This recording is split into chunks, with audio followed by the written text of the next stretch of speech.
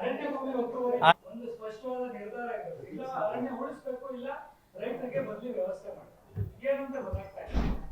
ಯಾಕಂದ್ರೆ ನಾವು confusion sir, ಒಂದು ಸುದ್ದಿ ಬರೀಬೇಕು ಅಂದ್ರೆ ನಾವು ರೈತರ ಪರವಾಗಿ ಇರಬೇಕು, ಈ ಕಡೆ ಅರಣ್ಯನ ಉಳಿಬೇಕು. ಏನು ಅಂತಾನೆ ಗೊತ್ತಾಗ್ತಾ ಇಲ್ಲ ಸರ್.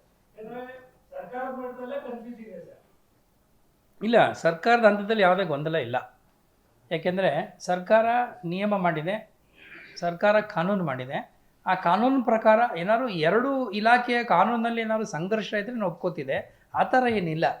ಏನು ಸರ್ಕಾರದಿಂದ ನಿರ್ದೇಶನ ಕೊಟ್ಟಿದ್ದಾರೆ ಅಥವಾ ಆದೇಶ ಬಂದಿದೆ, ಅದು ಅರಣ್ಯ ಇಲಾಖೆಯಿಂದನೇ ಬಂದಿರೋದು. ಸೊ ಅರಣ್ಯ ಇಲಾಖೆಯಿಂದ ಬಂದಿರತಕ್ಕಂಥ ನಿರ್ದೇಶನ ಅರಣ್ಯ ಇಲಾಖೆಯ ಕಾನೂನುಗಳಿಗೆ ವ್ಯತಿರಿಕ್ತವಾಗಿದೆ ಅಂತಂದರೆ ಒಪ್ಕೊಳ್ಳೋಕೆ ನಾನು ಸಿದ್ಧವಾಗಿಲ್ಲ. ನಂಬರ್ 1. ಎರಡನೇದು, ಅಲ್ಲಿ ಯಾಕೆ ಇವೆಲ್ಲ ಇಷ್ಟೊಂದು ಕನ್ಫ್ಯೂಷನ್ಸ್ ಆಗೋಗಿದೆ ಅಂದರೆ, ನಾನು ಆಗಲೇ ಹೇಳಿದೆ, ಪೌತಿ ಖಾತೆ ನಮ್ಮ ವೈಯಕ್ತಿಕ ಹಂತದಲ್ಲಿ ಆ ಸಮಸ್ಯೆ ಇದೆ ಅಲ್ವಾ. ಯಾಕೆ ಅಂದರೆ ನಮ್ಮ ಅಪ್ಪ ಖಾತೆ ಮಾಡ್ಕೊಂಬಿಟ್ಟಿದ್ರೆ ನಂಗೆ ಸಮಸ್ಯೆ ಆಗ್ತಿತ್ತ? ನಮ್ಮ ಅಜ್ಜ ಗ್ರ್ಯಾಂಟ್ ಆದ ತಕ್ಷಣ ಮಾಡಿಸ್ಕೊಂಬಿಟ್ಟಿದ್ರೆ ಸಮಸ್ಯೆ ಆಗ್ತಿತ್ತ? Same case is forest. ಅವರಿಗೆ 1931ನಲ್ಲೋ 1945ನಲ್ಲೋ ಮಂಜೂರಾಯಿತು ಅಂತ ಹೇಳ್ತಾ ಇದ್ದಾರಲ್ಲ, ಮಂಜೂರಾದ ಮೇಲೆ ಅವರು ಮ್ಯೂಟೇಷನ್ ಮಾಡಿಸ್ಕೊಳ್ಳಿಲ್ಲ.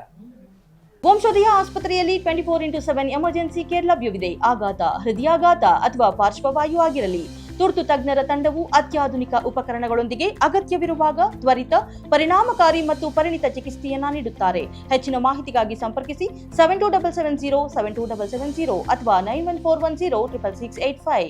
ಮಾಡಿಸ್ಕೊಳ್ತಾ ಇದ್ದಾಗ ಏನಾಯಿತು, ನಿಮ್ಮ ಖಾತೆ ಒಳಗಡೆ ಅದು ಗೋಮಾಳ ಸರ್ಕಾರಿ ಖರಾಬು ಅಂತಲೇ ಬಂತು. 47 ಆದಮೇಲೆ ಸರ್ಕಾರಗಳು ಬಂತು. ಆಮೇಲೆ ಜನಗಳೇನು ಮಾಡಿದ್ರು, ಇದು ಭಾಳ ವರ್ಷಗಳಿಂದ ಬಾಳು ಬಿದ್ದಿದೆ ಅಂತ ಹೇಳಿ ಮಾಡಿದ್ರು.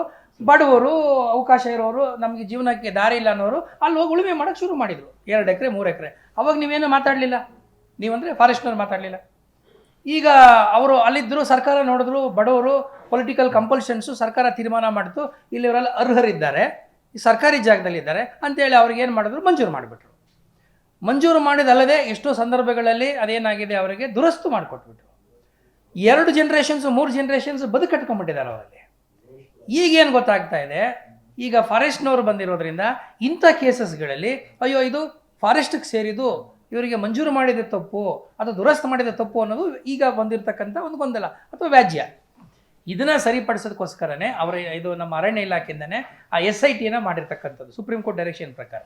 ಆ SITನಲ್ಲಿ ನಾನು ಲಾಸ್ಟ್ ಟೈಮ್ ನಮ್ಮ KDP ಮೀಟಿಂಗ್ನಲ್ಲಿ ನಮ್ಮ ಮಂತ್ರಿಗಳು ಭಾಳ ಸ್ಪಷ್ಟವಾಗಿ ಹೇಳಿದರು. ಅದನ್ನು ನಾವು ಈಗ ಮೀಟಿಂಗ್ ಮಾಡ್ತಾ ಇದ್ದೀವಿ. ಮೀಟಿಂಗ್ ಮಾಡಿಕೊಂಡು ಸ್ಪಷ್ಟವಾದಂಥ ನಿರ್ದೇಶನ ಅದರ ಪಾಲಿಸಿದರೆ ಪ್ರಾಯಶಃ ಮುಂದಕ್ಕೆ ಇದು ಯಾವ ಸಮಸ್ಯೆ ಇರುವುದಿಲ್ಲ. ಸ್ವಲ್ಪ ಈ ಹಂತದಲ್ಲಿ ಒಂದಷ್ಟು ಘರ್ಷಣೆ ಆಗುತ್ತೆ, ಗೊಂದಲ ಆ ಹಂತದಲ್ಲಿದೆ ವಿನ ಸರ್ಕಾರ ಹಂತದಲ್ಲಿ ಯಾವುದೇ ರೀತಿಯಾದಂಥ ಗೊಂದಲ ಇಲ್ಲ. This will be solved.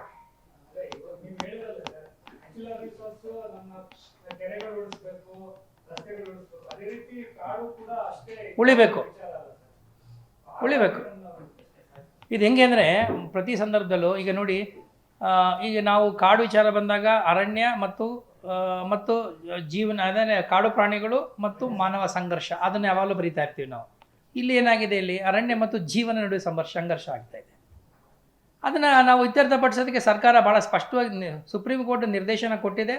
ನನಗನ್ಸುತ್ತೆ ಈ ಸಮಸ್ಯೆ ನಾವು ಬಗೆಹರಿಸ್ತೀವಿ ಸದ್ಯದಲ್ಲೇ. ಒಂದಷ್ಟೆಲ್ಲ ನಾವು ಮತ್ತು ಅರಣ್ಯ ಇಲಾಖೆಯ ಕೂತು ನೆಕ್ಸ್ಟ್ ವೀಕ್ ಕೂಡ ಮೀಟಿಂಗ್ ಇದೆ, ಆದಷ್ಟು ಬೇಗ ಅದೆಲ್ಲ ಬಗೆಹರಿಸೋ ಪ್ರಯತ್ನ ಮಾಡ್ತೀವಿ.